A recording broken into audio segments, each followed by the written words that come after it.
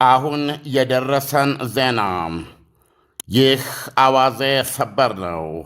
ላይክ፣ ሼር፣ ሳብስክራይብ አድርጉም። የደውል ምልክት መጫን አይርሱም።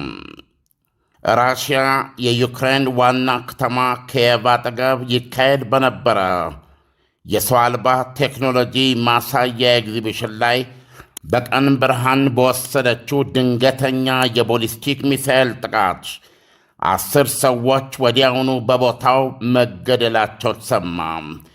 ሌሎች 5 ሰዎች ደግሞ ሌላ ቦታ ተገድለዋል።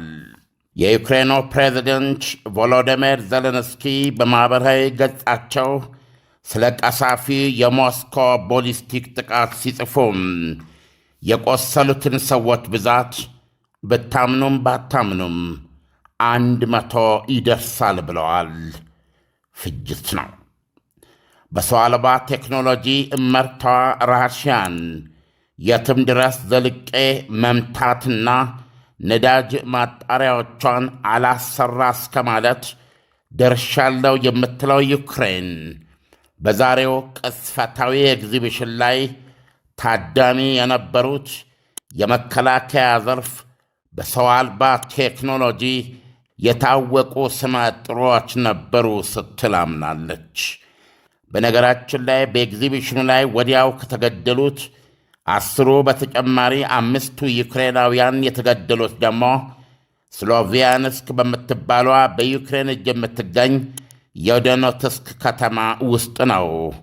የገደላቸው ከአየር በርቀት የሚጣለውና በራሱ ትናንሽ ክንፎች ወደ ኢላማው በሚበረው አንድስ የሚያክል ተንሳፋፊ ቦምብ ነው።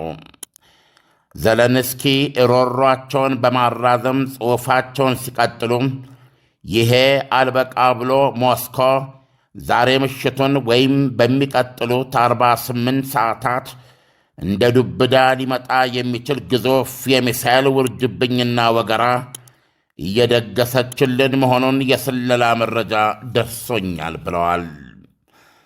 ይህ በእንዲህ እንዳለ ትናንት ምሽቱን የተፈጸመ የዩክሬን ጥቃት ከጦር ግንባሩ 1000 ኪሎ ሜትር ርቀት ላይ የምትገኘው ኪሮቭ ከተማ ውስጥ የራሽያ ከተማ 6 ሰዎች ገድሎም 26 ማቁሰሉ ተዘግቧል።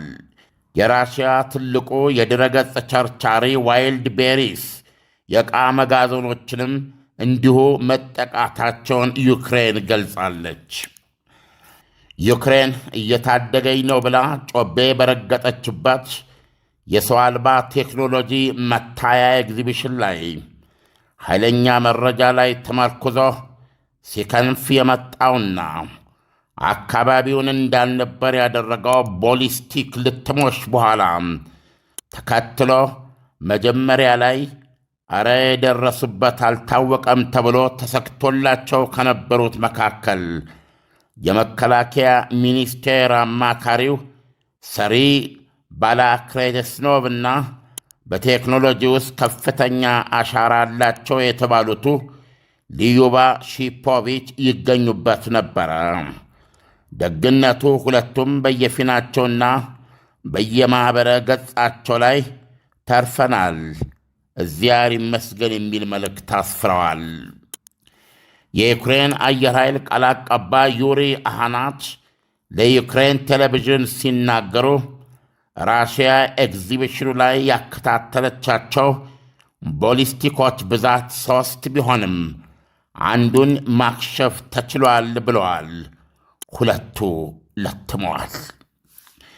የራሽያ መከላከያ ሚኒስቴር በበኩሉ የራሽያ የሰላማዊ ተቋሞች ላይ ጥቃት ላይ የዋሉት ረጅም ርቀት ኢላማ አይሲቴ ሰው አልቦች በቦታው በኤግዚቢሽኑ ላይ ስለነበሩ አነቡጫቸዋለሁ ብሏል። ፍርጥም ብለው መከላከያ ሚኒስቴሩ የቀሳፊውን ጥቃት ኢላማዎችን ቁልፍነት ሲገልጽ የዩክሬን ሰው አልባ አምራቾች እንደዚሁም የዩክሬን የሰው አልባ ኃይሎችና የደህንነት አገልግሎቶች ተወካዮች የሚሳኤሎቼ አረር የነበረውን እንዳልነበረ ያደረገበት ስፍራ ላይ ተገጥግጠው ነበር ብለዋል። ራሽያ ጦርነቱን በፈረንጅ 2022 በኢትዮጵያ 2014 ከጀመረች ወዲህ እንዲህ አይነቱን ቁልፍ ኤግዚቢሽን በቦሊስቲክ አረሮች ስትጎበኝ ያሁኑ ሦስተኛዋ ነው። የዛሬው የኪየቭ የሰው አልባ ቴክኖሎጂና የሰው አልባ ቴክኖሎጂው ራሶች የታደሙበት ኤግዚቢሽን ለሞስኮ ኢላማ ተኳሾች ሳልገኝን እንደቆረጡ እንደበለቱ የሚያስቆጥር ነው። በመላ ሀገሪቱ የዩክሬናውያን ብስጭትና ግራ መጋባት ምክንያቱ ይሄ ነው ተብሏል። ጥቃቱ አገሪቱን አናዷል። ፕሬዚደንት ቮሎዲሚር ዘለንስኪ ከደሙ ንጹሕ ነኝ በሚል መንፈስ ሁነቱ እየተመረመረ ነው ሲሉ፣ የሀገሪቱ ጠቅላይ አቃቢ ሕግ ደግሞ ኤግዚቢሽኑ እንዲካሄድ ማን ወሰነ? ምን አይነትስ የደህንነት እርምጃ ተወስዶ ኖሯል? የሚለውን ለማጣራት ሥራ ተጀምሯል ብለዋል። ይህ የራሽያ ምጣት የሆነ ጥቃት የተካሄደው ዩክሬን ኪሮቭ ውስጥ የሚገኝ ፋብሪካና ሰሜን ምዕራብ ራሽያ ውስጥ የሚገኙ መጋዘኖችን ከመታች ጥቂት ሰዓታት በኋላ ነበረ። በቀል ይጣፍጣል እንዲሉም መላ ዩክሬናውያን እጅግ የተቆጡበት ምክንያትም ቀደም ሲል ልንጠቅስ እንደሞከርነው እጅግ ቁልፍ ቴክኖሎጂ፣ እጅግ ቁልፍ የቴክኖሎጂ ሰዎች፣ እጅግ ቁልፍ የደህንነት ሰዎች የታደሙበት ይህ ኤግዚቢሽን እንዴት እንዲህ ባለ ፍንትው ባለ ፀሐይ ስር አጠገባችን ራሽያ አድፍጣ ሊካሄድ ተደፈረ የሚል ነው። መላ ዩክሬን ለራሽያ ኢላማ ተኳሾች ሳልገኝን ያህል ብልት የሆነ እንዲህ ያለ ኤግዚቢሽን ሲጀመር ማስታወቂያ ሊታወጅለት ይገባ ነበር፣ አይደለም በአደባባይ መቅረብ ቀርቶ ሲሉ ድምፃቸውን እያሰሙ ነው።